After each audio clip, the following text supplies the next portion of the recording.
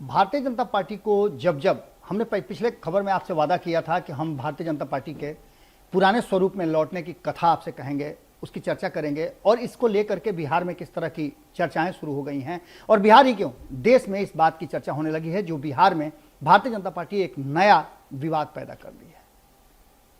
अजान पर घमासान हो रहा है, ये बात आपने सुना होगा और इससे पहले भी कई बार इन बातों को लेकर के चर्चाएं हुई हैं।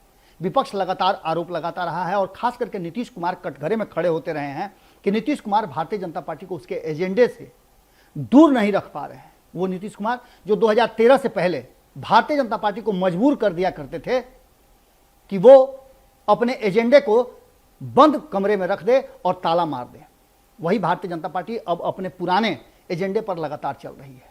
भारतीय जनता पार्टी पर यह आरोप अक्सर लगता रहा है कि वो सांप्रदायिक बात करके वोट को पोलराइज करती है। हालांकि प्रधानमंत्री नरेंद्र मोदी ने जब 42वें स्थापना दिवस के अवसर पर भारतीय जनता पार्टी का जो 42वां स्थापना दिवस था एक दिन पहले, उन्होंने स्पष्ट तरीके से कहा कि वो वोटों की राजनीति नहीं करते हैं और जातीय आधार पर, संप्रदाय के आधार पर अगर कोई वोट की राजनीति करता है तो ये गलत है। हमने इस खबर को भी आपके सामने रखा था और बताया था कि प्रधानमंत्री अगर जातीय और वोट की राजनीति नहीं करते हैं तो फिर वो ये क्यों कहते हैं कि ओबीसी से आते हैं, वो अपनी जाति का बखान क्यों करते हैं। प्रधानमंत्री किसी जाति का नहीं, किसी दल का नहीं, किसी धर्म का नहीं होता है, प्रधानमंत्री सबके लिए होता है। लेकिन वर्तमान परिस्थिति में जिस तरह से भारतीय जनता पार्टी और खास करके एक बार फिर से मुंबई में राज ठाकरे ने अजान को लेकर के बातें कही है, वो बात अब बिहार में पूरा राजनीतिक उथल पुथल का कारण बन गया है। इस पर सभी दल लगभग अपनी प्रतिक्रिया देना शुरू कर चुके हैं, जिसमें भारतीय जनता पार्टी पूरी मजबूती के साथ इन बातों को रखने लगी है। जनक राम ने मीडिया से बातचीत करते हुए कहा कि बिल्कुल अगर इस अजान से किसी को तकलीफ है तो इसे खत्म कर देना चाहिए। हम तो पहले से कहते आ रहे हैं कि यह गलत परंपरा है, लाउड स्पीकर उतारने चाहिए मस्जिदों से। अब इन बातों को लेकर के राज ठाकरे का कहना है कि मंदिरों में भी बड़े बड़े हॉर्न और लाउड स्पीकर लगा करके मंगलवार के दिन हनुमान भजन किया जाए, हनुमान चालीसा का जाप किया जाए, समय समय पर अलग तरह के कार्यक्रम हो और बड़े बड़े लाउड स्पीकर लगाए जाएं। इन सारी बातों को लेकर के आप समझ रहे हैं कि किस तरह की राजनीति हो रही है। और बिहार में जितनी चर्चाएं इस बात को लेकर के बढ़ रही है कि भारतीय जनता पार्टी बिहार पर अपना फोकस टाइट कर दिया है और नीतीश कुमार रहें या जाएं, भारतीय जनता पार्टी अपने दम पर अब बिहार की राजनीति में एंट्री करके बड़े दल के रूप में या बड़े भाई के रूप में काम करना चाहती है। ये बातें एमएलसी चुनाव में सीट शेयरिंग के समझौता से ही शुरू हो चुका था।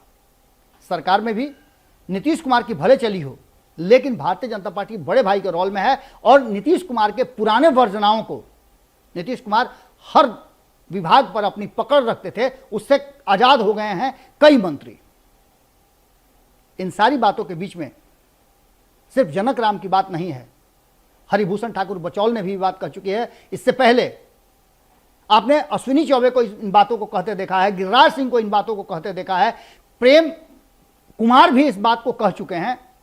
मुझे याद है कि जब बिहार के एक भोजपुर के एक क्षेत्र में, भोजपुर और बक्सर के बीच में रानी सागर एक गांव है जहां इस तरह के बात वाकयात हुए थे, तथाकथित दंगे हुए थे, उन जगह पर जाकर के भी मंदिर से हॉर्न उतारने की बात हुई थी और इन लोगों ने जाकर के मंदिर पर हॉर्न लगवाया था। ये बातें चलती रही हैं, लेकिन इन्हीं सब बातों को लेकर के नीतीश कुमार को कटघरे में खड़ा कर रहा है विपक्ष कि कहीं ना कहीं ये खास समाज को टारगेट करने की बात हो रही है। हालांकि अजान को लेकर के कई फिल्मी स्टार ने भी इस बात को कहा है, लेकिन इन सारी बातों के पीछे कहा जा रहा है कि धार्मिक नहीं बल्कि राजनीतिक कारण है और राजनीतिक रूप से भारतीय जनता पार्टी हिंदू वोटरों को पोलराइज कर रही है। अब ऐसी स्थिति में इन सारी बातों को लेकर के जदयू की तरफ से भी बयान आया है।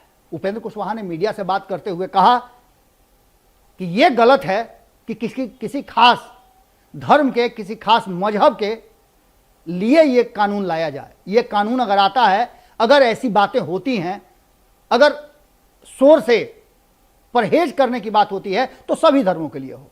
मस्जिदों से अगर लाउड स्पीकर उतारे जाएं तो मंदिरों से भी उतारे जाएं।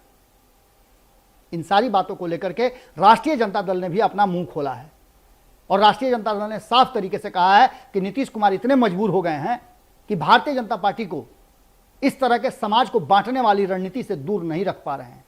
आरएसएस लगातार अपना पैर पसार रहा है बिहार में और भारतीय जनता पार्टी समाज में विद्वेष फैला रही है। हालांकि नीतीश कुमार ने भी नालंदा में कल एक बात जरूर कही है और शायद हो सकता है कि इन्हीं सब मुद्दों को लेकर के भीतर ही भीतर नीतीश कुमार का आत्ममंथन चल रहा हो, उसी का प्रकटीकरण हो कि शांति और सद्भाव से ही विकास संभव है। इसका सीधा सा मतलब है कि नीतीश कुमार भी भारतीय जनता पार्टी के इस एजेंडे से इत्तेफाक नहीं रखते हैं, लेकिन विपक्ष लगातार कह रहा है कि नीतीश कुमार मजबूर हैं। आज संख्या के अनुसार नीतीश कुमार निश्चित रूप से भारतीय जनता पार्टी से कमजोर हैं और यही कारण है कि अपनी सत्ता और कुर्सी बचाने के लिए नीतीश कुमार को मजबूरन भारतीय जनता पार्टी के साथ रहना पड़ रहा है। हालांकि उनके पास विकल्प है, लेकिन वो विकल्प कहीं ना कहीं नीतीश कुमार को सूट नहीं कर रहा है। बदली हुई परिस्थिति में बिहार और देश की राजनीति में जिस तरह की बातें चल रही हैं और जिस तरह भारतीय जनता पार्टी अपना पैर पसार रही है, एक बार फिर से उसके सामने टक्कर देना और बदले हुए स्वरूप में, कारण कि जो हिंदुत्व वोट है वो भारतीय जनता पार्टी अपने तरफ लगातार शिफ्ट कराने में सफल रही है। कई राज्यों के चुनाव हुए हैं, आपने देखा होगा, लेकिन अजान पर घमासान करके और इन सारी बातों को लेकर के एक बात तो तय नजर आ रही है कि बिहार में इस तूफान से आने वाले राजनीतिक भविष्य का कहीं ना कहीं संबंध जरूर है और ये संबंध नीतीश कुमार कैसे जोड़ के रखने देना चाहते हैं या फिर इस संबंध को काट देते हैं, इस संबंध को खत्म करने का कोशिश करते हैं, ये देखने वाली बात होगी। लेकिन एक बात तो तय है कि जिस तरह से भारतीय जनता पार्टी ने फिर से अपने उस मुद्दे को सार्वजनिक रूप से रखा है अजान को लेकर के, उस पर भारतीय जनता पार्टी के विरुद्ध जो बयान आए हैं जदयू की तरफ से और राष्ट्रीय जनता दल की तरफ से, वो लगभग मिलते जुलते हैं। यानी कि भारतीय जनता पार्टी को ऐसा करने से, इस तरह के कानून बनाने से और इस तरह की बातों से रोकने का जो तरीका है या रोकने का जो प्रयास है, वो दोनों मिल करके करने के लिए तैयार नजर आ रहे हैं। तो क्या आगे राजनीतिक यात्रा भी साथ में करने की बात है? बिहार के लिए क्या बेहतर होगा, ये आपसे बेहतर कोई नहीं जानता है। आपको क्या लगता है कि मंदिरों और मस्जिदों पे लाउड स्पीकर से आपको तकलीफ है? क्या दोनों जगह से लाउड स्पीकर उतरने चाहिए, या भारतीय जनता पार्टी जो कह रही है कि अजान में हॉर्न का, लाउड स्पीकर का प्रयोग नहीं किया जाए, उसके लिए कानून आए, इससे आप इत्तेफाक रखते हैं? कमेंट बॉक्स में अपने विचार जरूर लिखिएगा, क्योंकि आपके विचार बहुत जरूरी हैं। 24 सीटों के एमएलसी का परिणाम आ जाना है, हमारी नज़र बनी हुई है। हम बिहार के अलग अलग हिस्सों में जहां जहां चुनाव को लेकर के मतदान हुए और अब परिणाम आने वाले हैं, गिनती चल रही है वोटों की, हमारी नज़र बनी हुई है। हम बहुत जल्द आपसे जुड़ते हैं। बहुत बहुत धन्यवाद, नमस्कार। अगर ये वीडियो पसंद आई और वह बिहार के राजनीति और बिहारियत से सरोकार रखेनी तो सब्सक्राइब बटन दबा के चैनल के सब्सक्राइब कर ली। ओजे एगो घंटी बा, ओकरा बटन दबा देला से कुल सटीक और मारक खबर रुआ मुफ्त में मिल जाई।